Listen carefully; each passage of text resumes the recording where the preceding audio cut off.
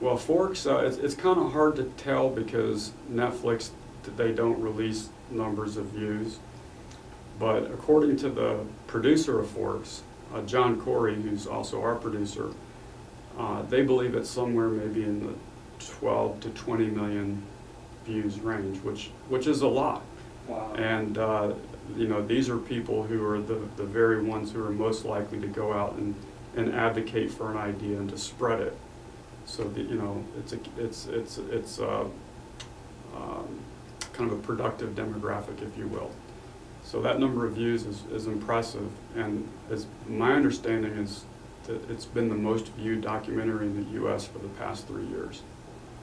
Unfortunately, I haven't been here for the whole conference, but based on my understanding of the conference, I think that this kind of thing is extremely important because we're not hearing these messages through the mainstream press, or if we do, it's just kind of superficial and fleeting.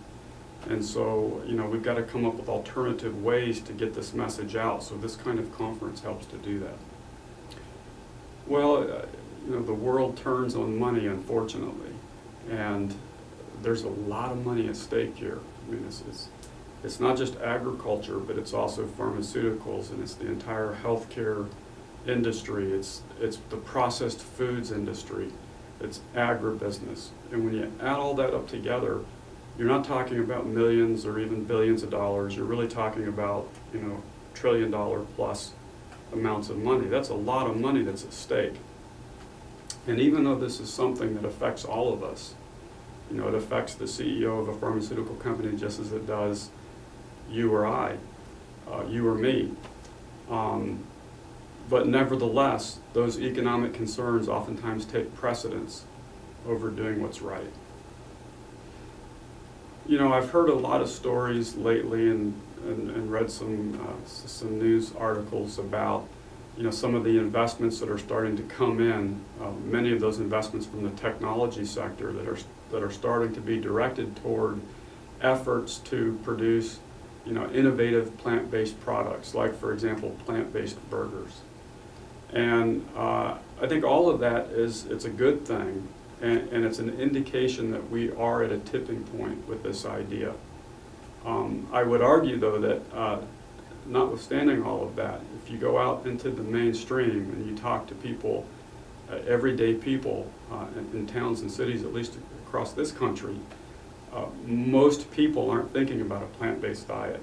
Most people haven't heard of my dad's book, The China Study. There are over 300 million people who live here, so that means most people haven't watched Forks Over Knives.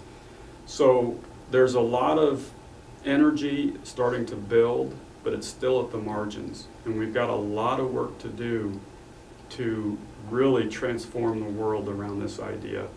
We've really got to break into the mainstream to do that in a big way, and that's going to take a serious effort. It is a documentary. But it's got a strong storyline through it, which makes it a little bit different. And the storyline is very political. It starts in the Kentucky State Legislature, and then it goes to North Carolina, and then we circle back to Kentucky, where we have basically a dramatic showdown with the government there that demonstrates to the viewer why it is that we haven't heard this before in very clear, dramatic terms. And as we go through that journey, we digress into issues connected with this idea. So, for example, we delve into the whole agricultural connection and even the environmental connection, the problem of food deserts and our healthcare crisis. So we're able to do that, but it's all woven around this dramatic storyline. So it's an exciting film, but what's most exciting to me is what we want to do to follow the film. We're putting into place now plans, I think an innovative plan, to launch a grassroots movement around this health concept that will help to bring this into the mainstream. So we have a national nonprofit that we've established, and we're in the process of setting up an organizational template that any person anywhere can use to set up a local chapter of that foundation. And we're going to call each local chapter a PlantPure pod, because we're going to be planting seeds in the local community. The mission of each pod then being to promote this health message.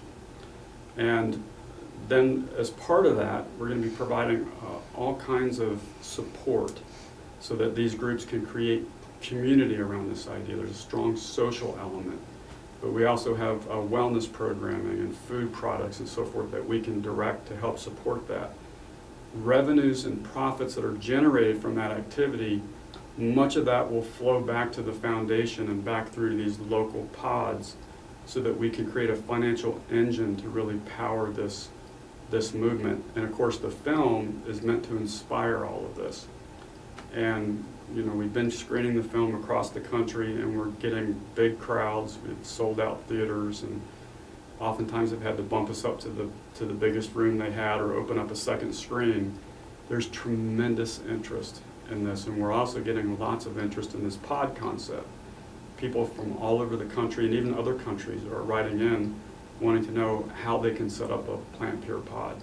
So I think there's a real serious opportunity for us to work with others to help launch a grassroots movement around this idea. And that's what gets me really excited about this. We do plant some seeds for that, for the idea of animal welfare in our film. You know, we're not leading with that. We're not making a big deal about it because I've learned over the years that that will trigger sort of a person's guilt complex. And when that happens, they shut down and they close off. Our priority is to get people to open up to the health message of plant-based nutrition, but we do in a couple instances plant those seeds because I feel that this is actually a very, very important issue. I think we can measure our humanity in how we treat animals. And right now what we do on factory farms it's just horrific. It's almost beyond one's imagination. It's not imagining, it's real. But it's hard to contemplate, you know, what we actually do to other conscious beings. And so that is important to me, and it is, I think, a reason why we need to make the world plant-based. Yeah, so as I travel the country, I'm hearing all kinds of inspiring stories from everyday people that you wouldn't think would ever be open to this idea, like maybe a guy living in some small town in Indiana out in the middle of nowhere. He's the only vegan in town, but he's out there pushing the idea. A guy in Charlotte who's trying to promote the idea in the inner city there, and he's got a gym, and he's a real muscle guy, and he's trying to promote this within the inner city. A girl who stood up at one of our Q&As, like 11, 12 years old, I couldn't believe it, in front of 200 people, and talked so eloquently about what she's doing in her school system. It's just incredible, the energy that's building around this idea. And since we've announced our plans to establish this sort of network of PlantPure pods and this idea of a grassroots movement, we've been getting mail from other countries all over the world, from China, UK, all across Europe, even the Middle East, South Africa. There's a real hunger for this. And I think part of that is because of the health message, but I also think there's something else at play here too, which is, I think, one of the defining characteristics of our time, and we allude to this in the film, is the loss of control that a lot of us feel. You know, there's a lot of negativity and a lot of bad stuff happening, and it's all coming through our TV sets and computer screens, and we sit there and we watch it, and we just feel overwhelmed, and we feel like all we can do is watch it happen. We're just watching the world spin out of control. It's very frustrating. So people are hungry to be connected to something positive. They're hungry to feel like they can make a difference individually and within their local communities. And that's a sense that I'm getting as well as I travel around the country. And what's exciting to me is the opportunity that we have here to demonstrate how a more bottom-up approach, a more grassroots approach, like what I've explained to you, how that can be much more effective at solving a serious problem than a top-down approach. Because typically, at least in this country, top-down approaches are typically driven by those who have the money and the power. And so the outcomes are not always what you would want or expect. So I'm a big fan of bottom-up change, and I think we have an opportunity here to demonstrate a whole new paradigm for not just how we solve this problem, but how we can solve other social problems. my best advice to someone who's contemplating going plant-based is probably a little bit different than what you might hear from others. I've heard a lot of people say, lean into it. You know, do this one step at a time. And that can work for some people, and it may work for some people listening to this. But we found that the most effective approach is to actually go cold turkey, 100% plant-based, and pick a time period. 10 days is usually enough. 10 days, 2 weeks. And just commit to going plant-based for that amount of time. And if you're really motivated, get a cholesterol test.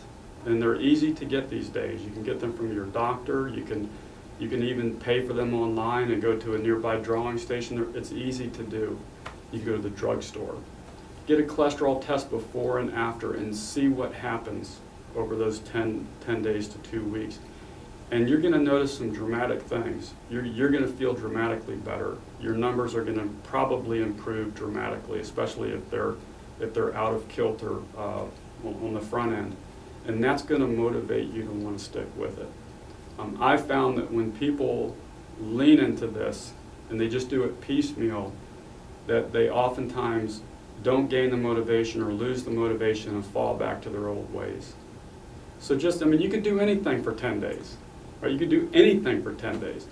And we demonstrated this in our film, PlantPure Nation. That was part of our documentary. Is we put groups from a mainstream town in the rural South in North Carolina.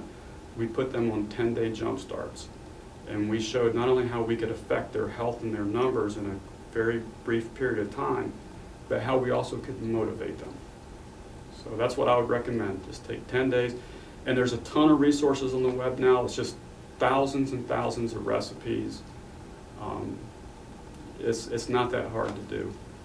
So we'll have the final cut of our documentary PlantPure Nation done in mid-June, and then it will be released in theaters across the U.S. in July and August. And we're going to be in at least 125 theaters, but maybe significantly more depending on demand. But as I said, so far for the advanced cut screening tour that we've been on, we've seen tremendous interest. So it'll be out in theaters July, August, and then we may work a deal to get it on TV, a TV network. It certainly will end up on Netflix. We also would be selling DVDs of the film, so people will be able to order that off the website. We're also going to be doing something else as well, which is using the tug service, where people from a town, if they pre-sell enough tickets, they can pull the movie into their local theater. So I think that'll be something that a lot of people do, judging from the mail that we're getting. And of course, we're also interested in international distribution, because when we say PlantPure Nation, we're not talking about the United States. I want to be really clear on that. We see the PlantPure Nation as having no geographic boundary, no cultural boundary, no political boundary. So this is something that we want to take far and wide. And right now, the kind of the logo that we use is a Statue of Liberty based thing. But as we go beyond the U.S., we want to use imagery that is tailored toward the different areas where we may be showing the film. So, and the story that's in the film, it takes place in America, but it's a story that is common to people everywhere, because the problems of unaccountable government, the problems of money, the problems of the environment, all of these things affect people in countries and societies everywhere. So if people are interested in our film, PlantPure Nation, and interested in the movement that we're going to be launching on the heels of this, I'd suggest that they go to plantpurenation.com and learn about what we're doing and sign up. We can't have a movement without people. And again, this is a movement that knows no national boundary. And so we're just wanting people everywhere to go there and sign up and become part of our community. And that's plantpurenation.com.